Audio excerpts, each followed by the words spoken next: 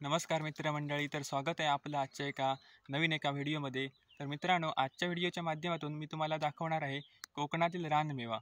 तर आता आपण पाहूया कोकणातील कोणकोणता रानमेवा आहे तो. मित्रांनो, हा जर व्हिडिओ तुम्हाला आवडला तर या व्हिडिओला नक्कीच लाईक, शेअर आणि सबस्क्राईब करायला विसरू नका.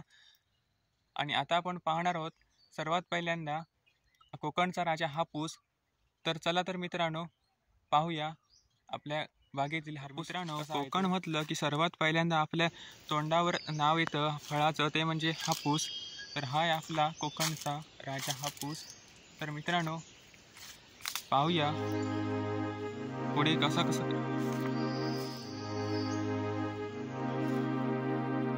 हे बघा, हे आहेत आमच्या बागेतील कलमावरती हे लगडलेले हापूसचे आंबे.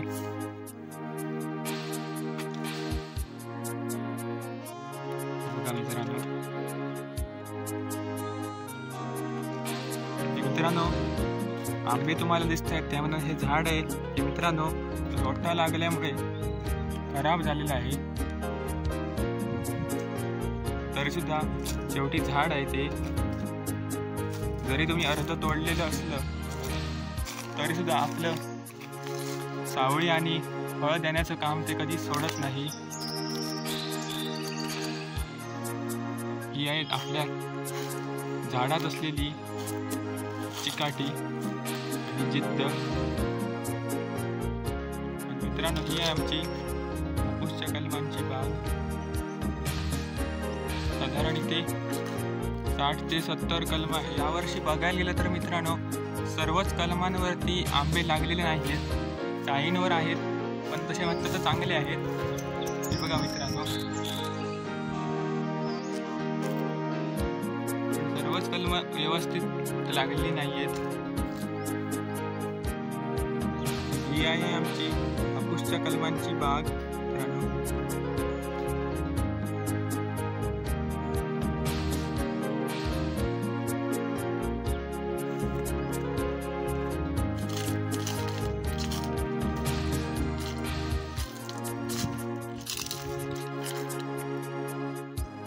तर मित्र, आता आपण आलो आहोत याच बागेत असलेल्या एका काजूच्या झाडाच्या शेजारी.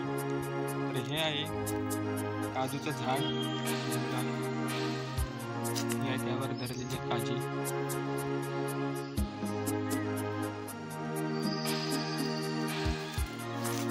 पिवळ्या बोंडूची काज आहे ही बघा.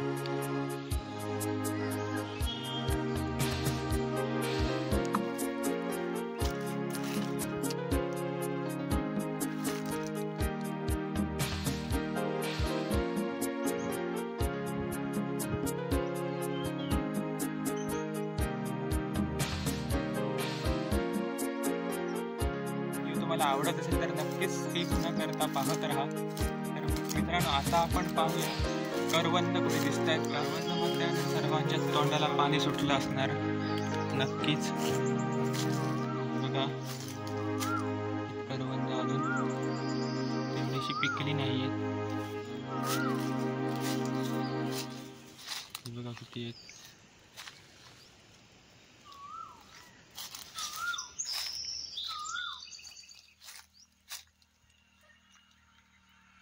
संपूर्ण करवंदाचं झाड आहे, ते करवंदानेच भरून गेलेलं आहे. हे बघा इथे मित्रांनो, काही ठिकाणी पिकायला लागली आहेत.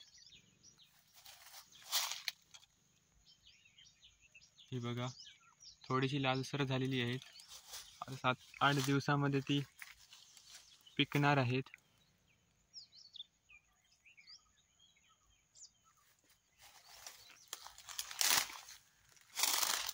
बघा मित्रांनो, हे पूर्णच्या पूर्ण करवंदाचं झाड आहे.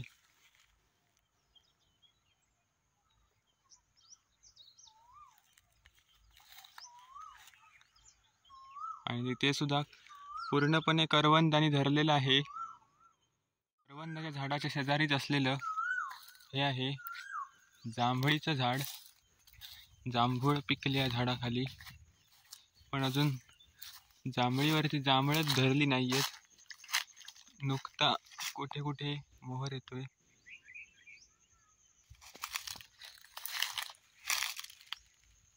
नुकती जांभळ फळधारणेसाठी लागलेली आहे.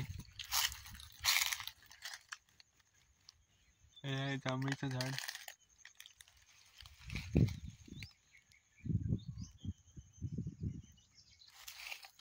हे बघा, या ठिकाणी तुम्हाला जांभळीच्या झाडाचा मोहर दिसत आहे. फळधारणा साधारण झालेली आहे, हिरवी आहेत फळं. तर हे आहे माळावरती असलेलं हे शिवणीचे झाड. याचे जे खोड आहे ते आपण मृदुंगाच्या खोडासाठी वापरतो. याच्यावर सुद्धा अजून तेवढीशी फळधारणा झालेली नाहीये. हे बघा, या ठिकाणी तुम्हाला 4 फळं दिसत आहेत. पण मित्रांनो, ही फळं माणसं खात नाहीत, गुरांना आवडतात जास्त. ती गुरं खातात.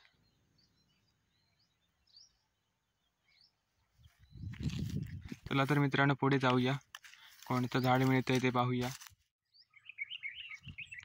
हे बघा, तर हे आहे मित्रांनो आपल्याला मध्येच भेटलेलं करवतचं झाड. करवत म्हणतात त्याला. तर ही फळे सुद्धा पाखरं आवडीने खातात, कावळा वगैरे, कावळे, चिमण्या. हे बघा, तुमच्या तिकडे काय म्हणत असतील तर नक्कीच कमेंटद्वारे कळवा, कुठचा वेगळा शब्द वापरत असतील तर. ही आहेत करवतीची फळं. ही अजून आता ही हिरवट आहेत, ही नंतर पिवळी होतात पिकल्यानंतर. हे बघा, ह्याच्यावर पान कमी, पण मित्रांनो पूर्ण ही फळांनीच बहरलेली आहे.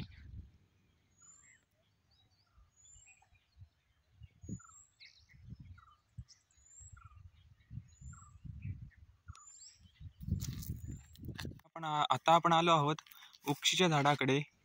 ही उक्षीचे झाड आहे. तर ही दाखवण्याचा हेतू म्हणजे असं की ही फळं नाही आहे, तिच्या फळं सुद्धा धरतात. आता फुलली आहे. पण हे जे झाड आहे ना मित्रांनो, ते माळरानावरती वगैरे रानात काम करत असताना कुठचंही जर अवजार वगैरे लागलं किंवा कोणताही काय जखम वगैरे झाली तर हा रामबाण उपाय म्हणजे ही जी पानं आहेत ती मित्रांनो काढायची आणि ही जी चावायची आणि त्या जखमेवरती मित्रांनो लावायची. हा कोकणातील हा उपाय आहे रामबाण. तिचा एकदम चावून असा रसासारखं करायचा, म्हणजे आपण जसं वाटतो मिक्सरला लावून तसं, आणि तो जखमेवरती लावायचा. तर माळ रानावरती लगेच तुम्हाला काही, किंवा रानात गेलात तर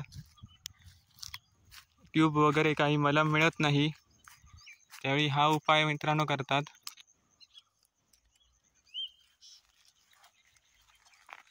तर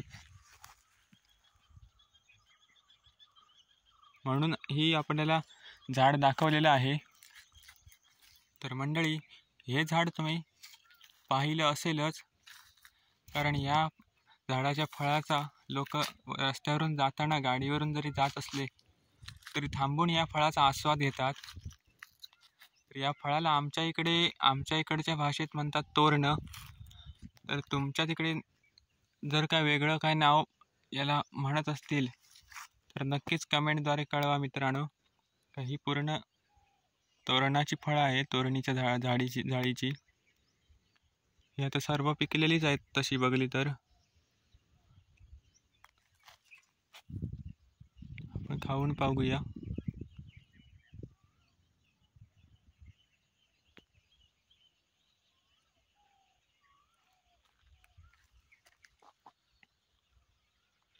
ही 2 आहेत ती हिरवी आलेली आहेत आणि ही 3 पिकी आहेत.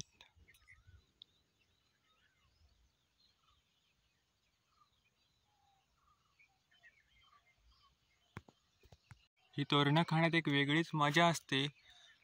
ती म्हणजे मित्रांनो, आपल्या बरोबर जर दुसरा एखादा मित्र वगैरे कोण असेल तर त्याला मित्रांनो दुसरीकडे चांगली आहेत म्हणून सांगून आपण इकडची चांगली जी तोरणं आहेत ती सगळी फस्त करणे.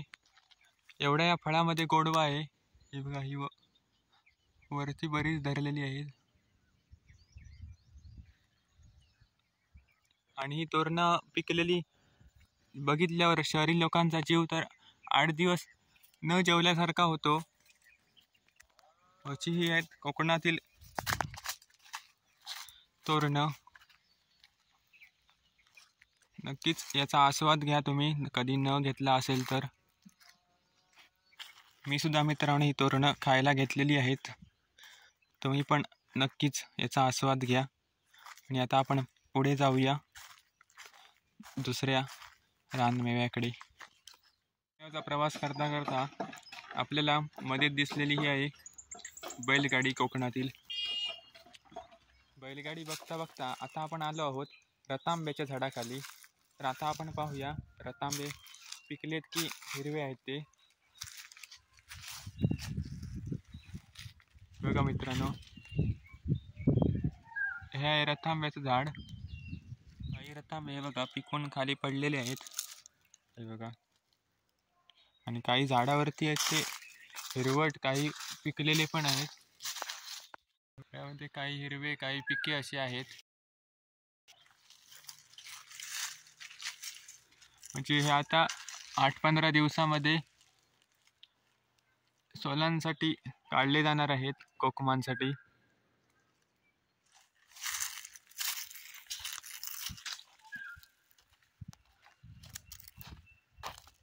आणि ही आहे मिरवेल. फणसाच्या झाडावर चढलेली ही मिरवेल आहे. फणसही धरलेत, भरपूर आहेत.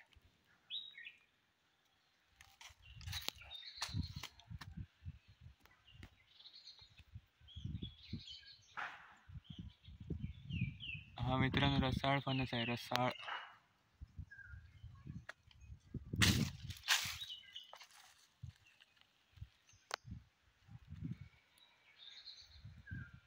या ठिकाणी भरपूर आहे ते बघा. मी एक तुम्हाला दुसरा सुद्धा आमच्याकडे हजारा नावाचा म्हणून फणस आहे, तो सुद्धा दाखवणार आहे या व्हिडिओ मधून. चला तर पुढे जाऊया.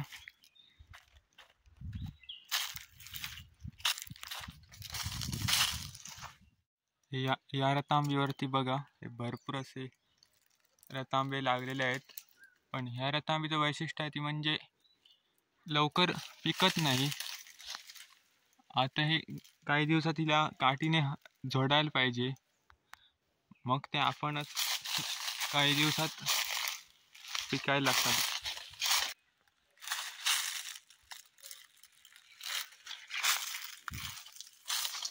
चला तर आता आपण जाऊया चिक्कूच्या झाडाखाली. हे एक मोठं मिरवेलीचं झाड आहे. हे एका शॉर्ट मध्ये मी तुम्हाला टाकलं होतं मिरी काढतानाचं. आता मिरी याच्यावरची काढलेली आहेत, हे बघा. चला तर पुढे जाऊया. हे काजूचं झाड. काजू आपण पाहिलीच आहे. आणि बघा याच्यावरती अजून फकच आहेत, अजून कास तशी तयार झालेली नाहीये.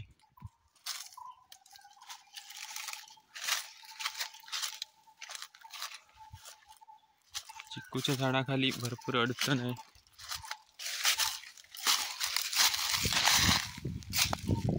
चिक्कू भरपूर धरलेले आहे बघा.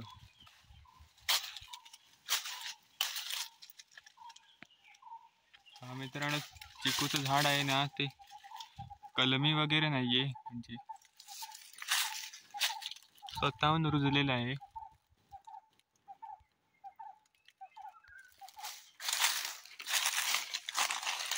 एकदम ओरिजिनल, कोणत्याही प्रकारच्या केमिकल वगैरे खतावरती धरत नाही. बघा हे चिकू.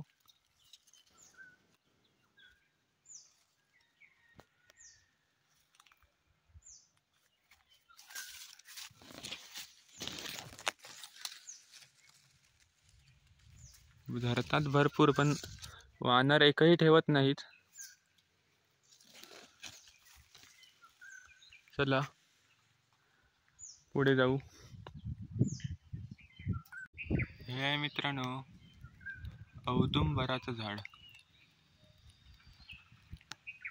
देवस्थानिक जागा आहे, त्यामुळे आपल्याला खाली पूर्ण झाड दाखवता येणार नाही, पण आपण त्याची फळं धरली ती दाखवू शकतो. ही बघा, ही औदुंबराची फळं आहेत. एकदम औषधी वनस्पती आहे. आणि ह्या गरम्याच्या दिवसात ही इथं जे पाणी असतं मुळातून येतं ते एकदम थंड असतं. आताच्या दिवसात पिलं तर शरीराला चांगलं असतं.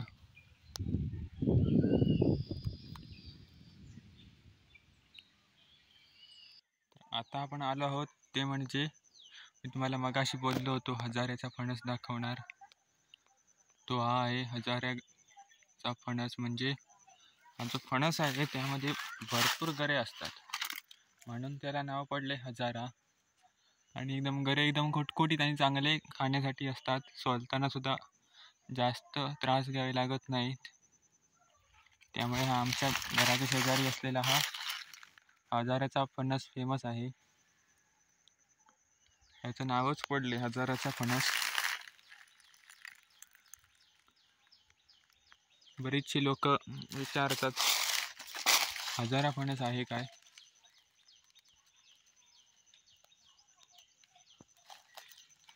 बरेचसे फणस लगडलेत. दरवर्षी इतके नाही येत पण आहेत. चला, रानमेवा पाहता पाहता आता आपण आमच्या घराच्या शेजारी असलेल्या जंगलामध्ये आलेलो आहोत. वारुळ, ते पाहूया कुठे अजून रानमेवा मिळतोय काय कुठे. इथे एक खाली फणसाचं झाड आहे. फणसाला पूर्ण गोल छिद्र आहे म्हणजे ढोली आहे. ती पाहूया आपण.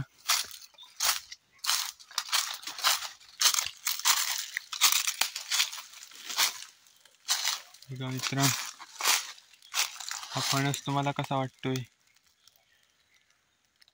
बाहेरून एकदम मजबूत खोडाचा वाटतो. बघा, हा एक होता जुना इथे, तो पडलाय, पडून गेला हे झाड. या फणसाला पूर्ण मित्रांनो आतून पोकळ आहे. हा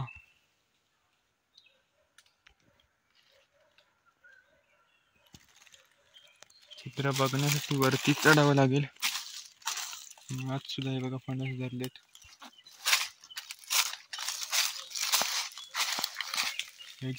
मध्ये जे फणस जास्त दिसत आहेत ना, इथे मित्रांनो छिद्र आहे इथे या ठिकाणी.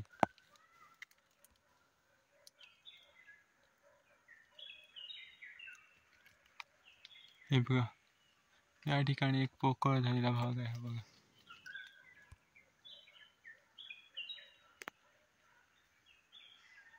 असा हा आहे. ह्याचं नाव आहे ढोलिया फणस. म्हणजे ह्याला अशी ढोली होती, पूर्ण ढोली आहे आतमधून, त्याच्यामुळे ह्याला ढोलिया फणस म्हटलं जातो. म्हणजे आपण माणसाने नाव ठेवलेलं आहे. चला पुढे. बरीचसा रानमेवा आपण बघून झालेला आहे. अजून चारा बोराचं एक झाड राहिलेलं आहे, ते इथे कुठे दिसत नाही, पण पाहूया, प्रयत्न करूया तुमच्यासाठी.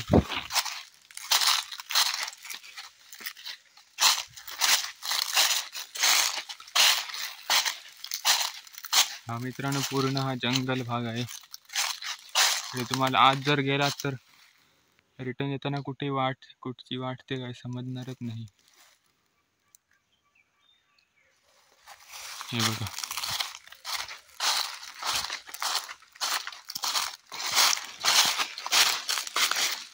मित्रांनो काटा लागलेला आहे. चला पुढे जाऊया.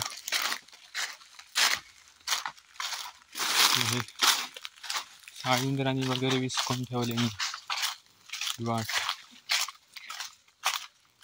सुकी झाडं वगैरे पडलेली आहेत भरपूर.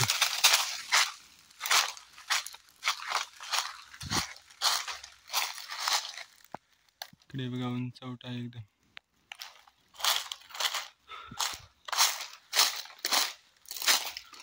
फक्त लाकडं वगैरे तोडणारी माणसं येतात इकडे, सुकी लाकडं न्यायला पडलेली.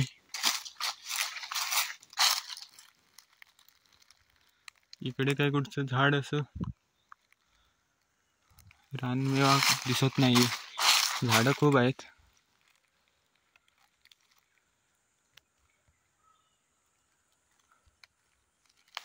चला आता मागे जाऊया आपण.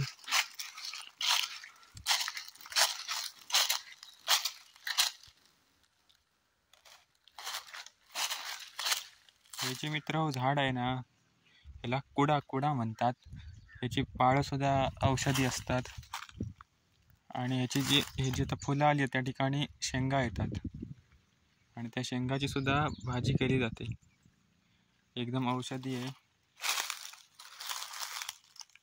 शरीरासाठी एकदम लाभदायक अशी ही भाजी कुड्याच्या झाडाची.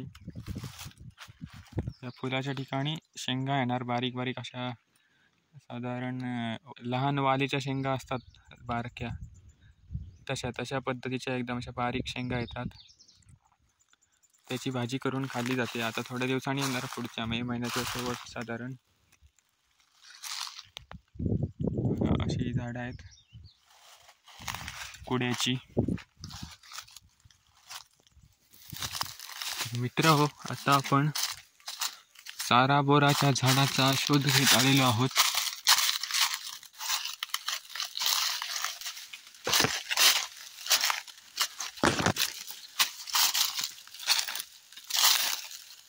पाहूया झाड कुठे मिळतंय का, कुठे दिसतंय का.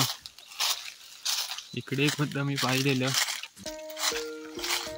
एक पुढे दिसतंय ते पाहूया.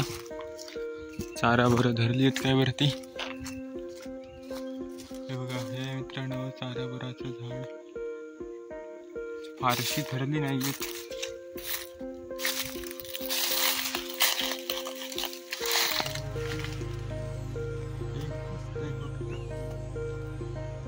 एकच दिसतंय फक्त, बाकी जास्त अशी नाही आहेत खाली.